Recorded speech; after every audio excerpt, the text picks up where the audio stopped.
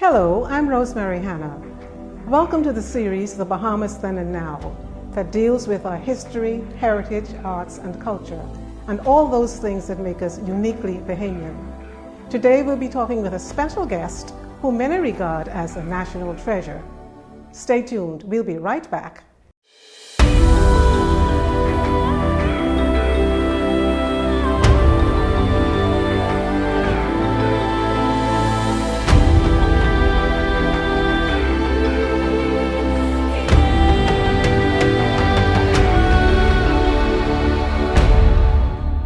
Today we're here with our special guest, Cleophas Adley, who is an attorney, a musician, and a cultural ambassador for the Bahamas. Welcome to the show, Cleophas. Thank you for having me. It's a pleasure to have you here. Tell us, who is Cleophas Adley? Well, Cleophas Adley is the last son and eighth child of Helen Bailey Adderley and Cleophas E. Adderley. Cleophas Adley is a man who loves God. I was raised in the church. He is a man who loves people. I love to see people excel and do well. Cleophas Adderley is a man who loves his country. The Bahamas is such a beautiful place, and our culture is so rich, and I just love being Bahamian and being here. Cleophas Adley, of course, is a person who loves his family. That's wonderful. Tell us, where did you grow up? I grew up in 35 Dorchester Street. That's in what used to be called the city of Nassau. And it's not far from Long Wharf Beach, and it's not far from West Hill Street, and right off Virginia Street. The homestead still stands, and it has been there over 100 years. That's wonderful. Tell us a little bit about your maternal grandfather. My grandfather was the late R.M. Bailey, for whom a government high school is named. He was originally from Barbados, and he studied the classics at Codrington College, and he came to the Bahamas, where he met his wife, Rhoda Simons Bailey. She was from the Turks and Caicos. And she was on her way to New York. Of course, she never made it. And they had 7 children together, who were all musical and creative people, like their parents. Their eldest daughter was Gladys Bailey, an upholsterer, and she was an excellent pianist. She played for a number of churches, and she also played the piano for the silent movies. Is that so? Yes, and I remember a story where they were watching this movie and she was distracted. She was a very talkative woman. And the audience yelled at her, Miss Bailey, the Lone Ranger coming. And she had to play the music. And so she had to be creative and good to do all that, and all the special effects That's wonderful. that you get from the movies, she was it. Yes. And the other children were either tailors or pastors or organists themselves. And R.M. Bailey was a person who helped to found the government high school. Yes. And his children, Louise Simonet and Robert Bailey, later the Reverend Robert Bailey, were the first 2 children to be admitted to the government high school in 1925. Isn't that something? And he also was a person that was into politics and philosophy and development. And he ran for the Legislative Assembly at the time, now the House of Parliament, and he lost by 1 vote. Isn't that something? So R.M. Bailey was also a tailor. Yes. And so you can see he was a person who was really involved and multifaceted. Yes, very creative all around your family. Yeah. What were the values that were instilled in you and your siblings as children? Well, my grandparents and certainly my grandfather believed in education, and they believed in good moral teaching and standards, and they believed in discipline. Mm-hmm. And they passed those values on to their children. And in turn, those values came down to us and all of their grandchildren. And that was very important to, in my family, that you treat others the way you want to be treated. Yes. That you be kind to those less fortunate than yourself. And that you do what you can to contribute, not just be a consumer, but to give as much as you can, to give back for the development of everybody in the country and community. Yes.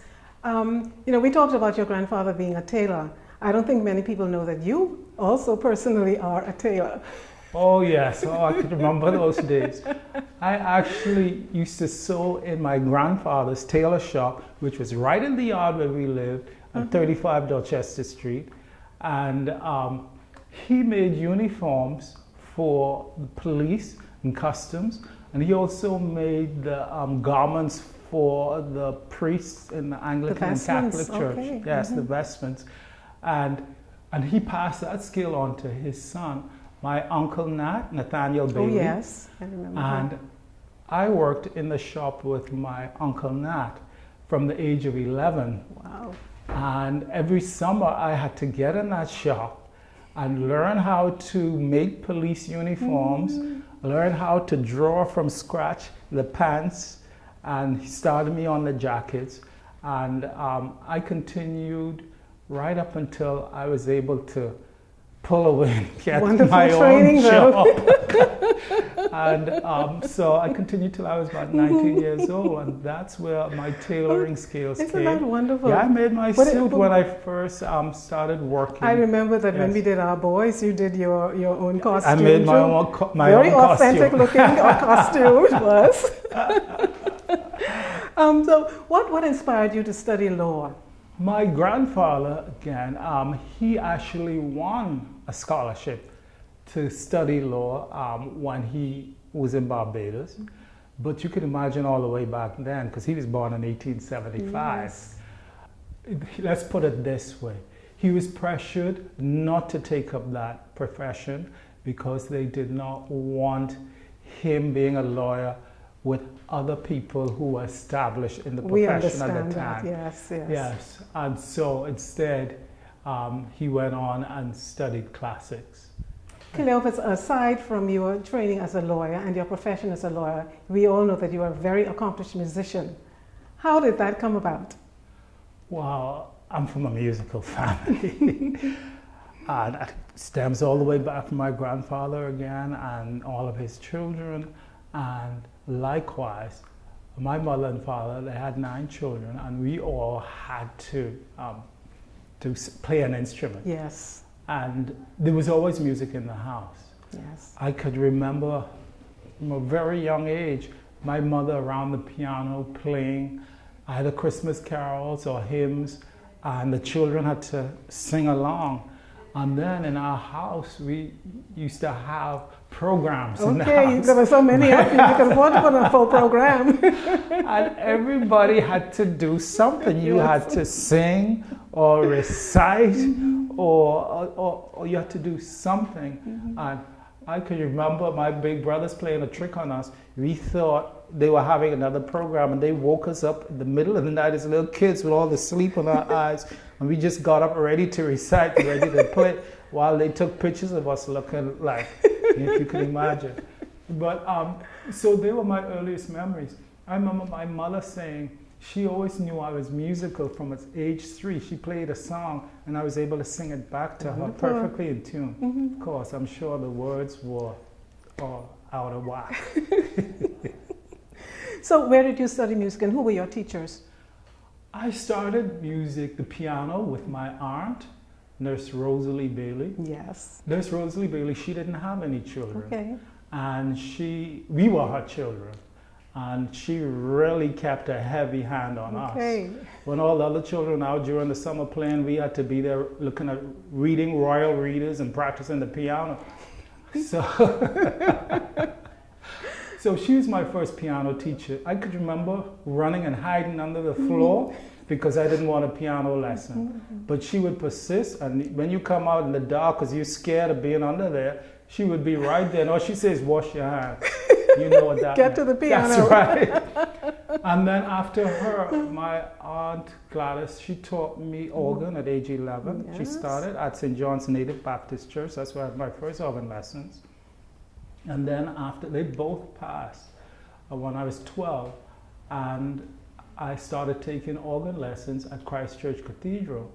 There was this fantastic organist, Douglas Potts. Okay. And there were others that taught me. Wonderful. And then I also started taking piano lessons with Godfrey Davis at the cathedral. He was a fantastic That's teacher. wonderful. And then, not to be outdone, there was Mickey St. George, Mary St. George at Government High. Government High She School, was really very strong and important musical influence in my life. She taught me not just piano, but theory and composition and everything else. And then she passed me on to the late Clement Bethel. Okay. Who? So you had the best. Oh yeah, you had the best in training. Excellent yes. teachers. And now we're talking about your musical development, and when we come back we have to take a break now. When we come back, we'll talk about how you transitioned in becoming a composer and writing an opera. That's right. Fantastic. We'll be right back. You're watching the Bahamas Then and Now. This episode is brought to you by the Private Trust Corporation Limited, Dungalik Studios, and Easy Light Native Charcoal.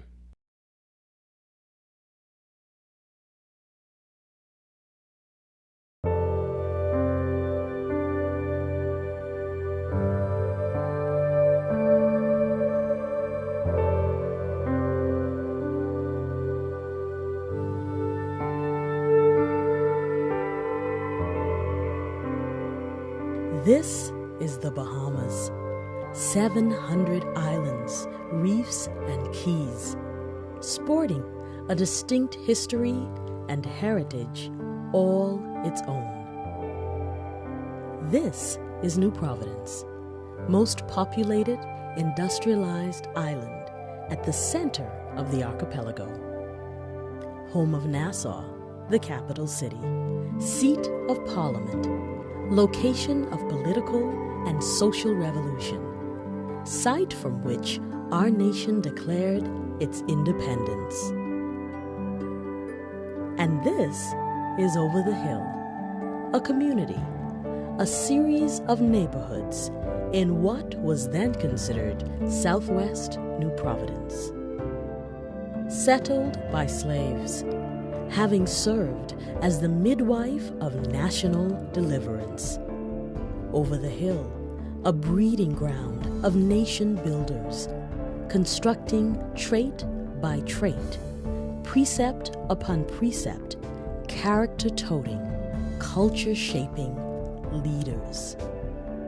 Over the Hill, where independence was born, where the naval string of Bahamianization is buried, where Junkanoo got polished. Over the Hill, where sense and sensitivity were kneaded into the dough of children's souls, where people reverently genuflected to the image of God in every man. Over the Hill. East Street, Market Street, Blue Hill Road, Baintown, Grantstown, Anderson Street, Augusta Street, DeFort Hill, McPherson Street, Over the Hill, McCullough Corner, Hay Street, Glinton Square, where? Mason's Addition, Jail Alley, Lewis Street, Over the Hill. The Coakleys, the Smiths, the Johnsons, the Blydens, the DeStoops, the Grants and the Coopers, the McPhersons and the Pindlings, the Allens and the Winders, Over the Hill. The Hannahs, the Bostricks, the Burnsides, the Bethels, the Walkers, the Enuses, and the Thompsons, the McCartneys and the Gibsons, Over the Hill. What if we went back and dug into the soil of our glorious past?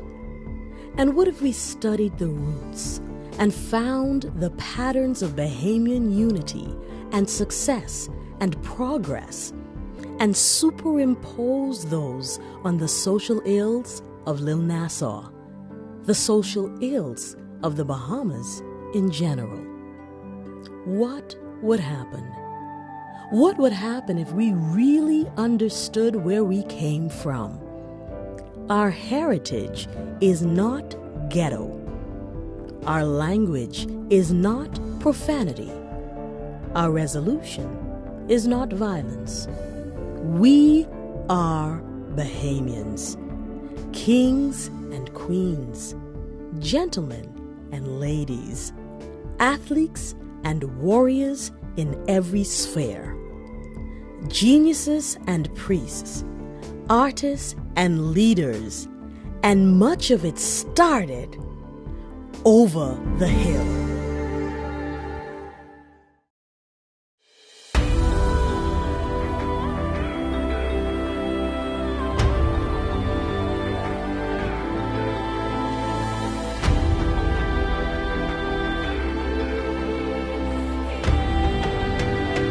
You're watching the Bahamas Then and Now. Welcome back. We're talking today with a cultural icon, Cleophas Adley. And before the break, Cleophas, we were talking about your music and how you transitioned from being a musician and becoming a composer. Tell us about that.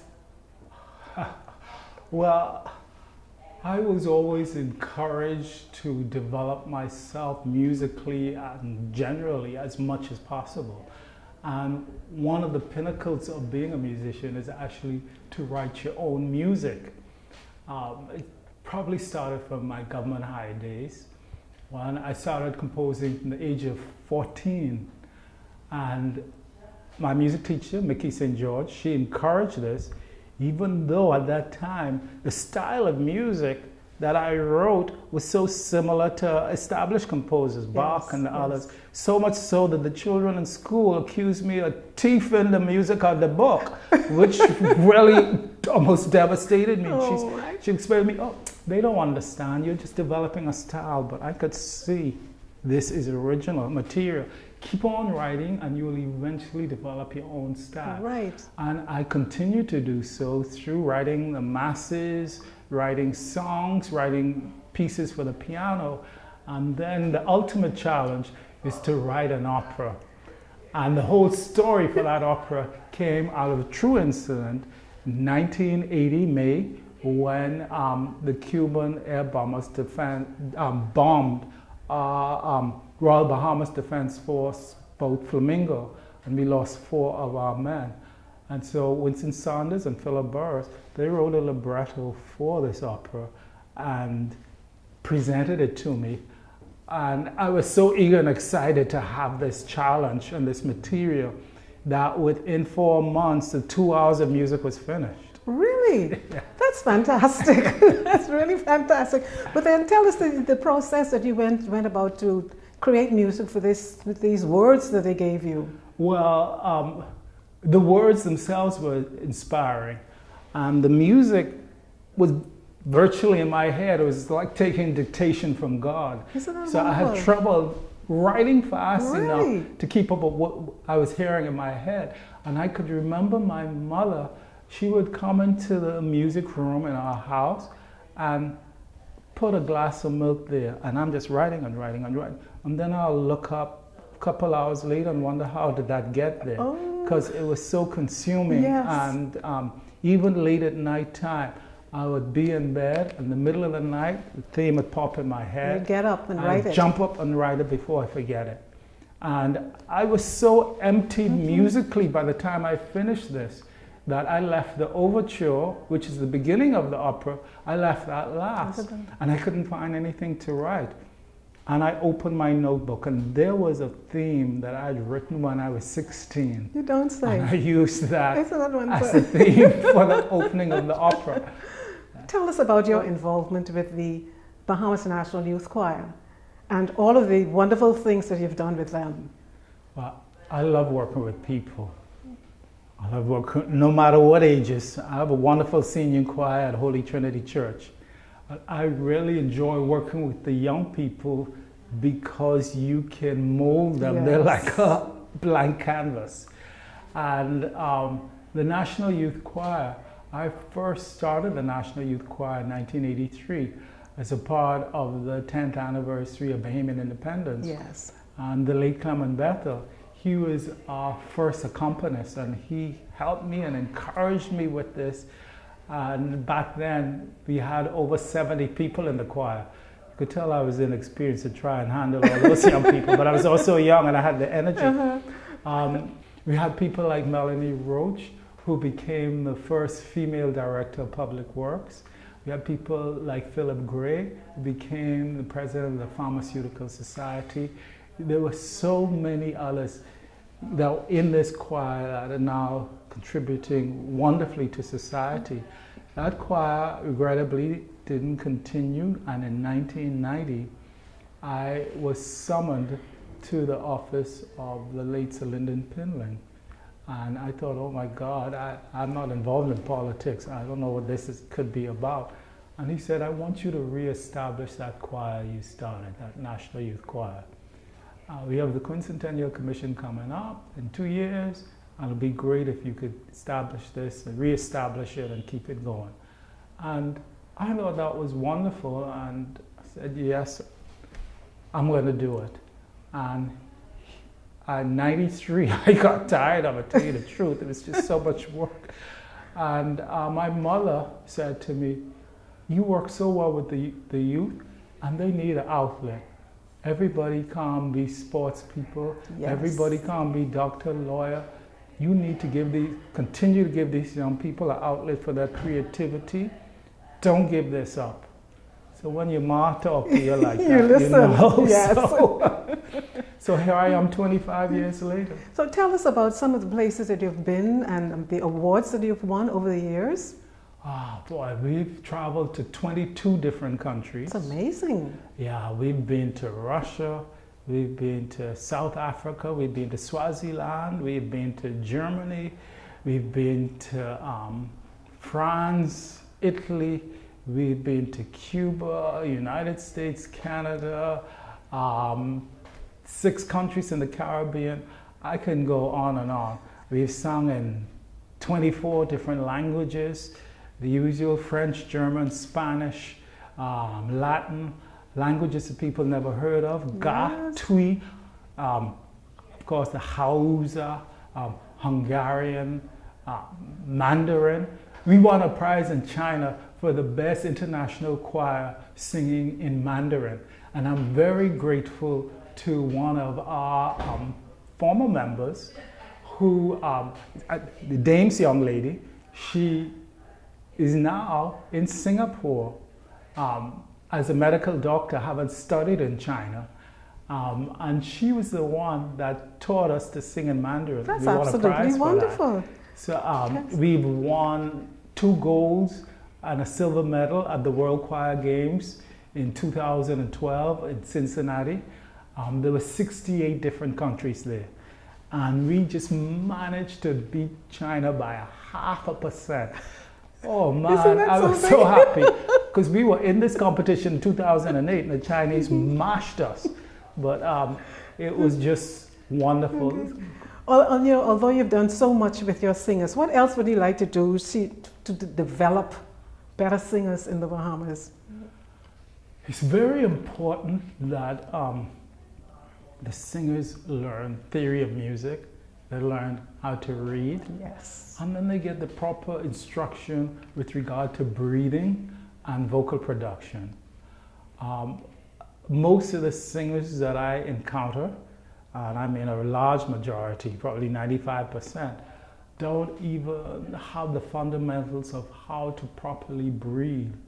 Bahamians are, generally speaking, very good singers, very musical people. In fact, when we were in South Africa and Swaziland, the director of culture came up to us to compliment us on our performance. And I said, well, we can't compete with people like you guys. Your culture is so rich. And they said, yeah, we have a rich culture. But what you all showed us is art. the Bahamians have elevated their culture to the point of art. And I thought, That's wow, quite a compliment. that was a great Quite compliment. a I never forgot that. So it's important that we continue that training to another level. Yes. Where persons can read and have the proper technique and continue with individual voice lessons. Because I give group voice lessons in the National Youth Choir. Because there's simply no time to give the detailed individual attention that is required. Right. Now, that's wonderful as far as the singers are concerned, but how do we go about encouraging more people to become composers? Now, that would be wonderful if we could get more people creating music. And again, I find that there are a lot of people who create pop music. Yes. And I don't want to take anything away from what they're doing, because they need to be encouraged, even though they're doing it without training. Yes. We have some wonderful, popular Bahamian tunes out there. Yes. From musicians that really didn't have any formal training. But imagine what more they would be able to do if they had the formal training and the education. And you don't even need to, I'm not saying you have to go to a university for that. No, you can get a university trained person as your tutor. To do it right here, that's privately, right, yes. Because that's how I learned. I studied orchestration with Nancy Pedersen Straylaw at the University of Miami. I was practicing law at the time. I'd go over on the weekends. I studied voice privately with people like Pauline Glasby, Dawn Virtue at the UWI, yes. and others. The important thing is to get the education and training, but it's also important not to limit yourself to any particular genre. Because if you really want to expand the boundaries of creativity, you shouldn't be encumbered with any particular genre or style of music, or saying I have to just be writing calypsos or Bahamian music. Write whatever you want. That's what I like about you, because you are comfortable in all genres, all of them. Yes. Cleophas, what needs to happen in the Bahamas in a general sense for us to leave it better than we found it? Well, we all need to take responsibility for our own actions.